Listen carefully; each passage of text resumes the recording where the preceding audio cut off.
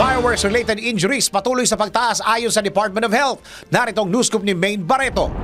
Nadagdagan ng 23 katao o 23 individuals ang naiulat na nasugatan dahil sa paputok kaninang umaga. Ayon sa Department of Health, kabilang sa mga bagong kaso ay edad 6 hanggang 55 o 6 to 55 years old, habang 6 ang naputulan ng bahagi ng katawan dahil sa paputok, kung saan 2 teenager ang nawalan ng daliri matapos magsindi ng plapla. Illegal na paputok naman ang dahilan ng 61% na firework injury at karaniwang naganap ang mga ito sa kanilang bahay at sa lansangan. Ang Metro Manila ang may pinakamataas na naitalang firework-related injury na umabot sa 30, 9 naman sa Central Luzon at 6 sa Ilocos Region.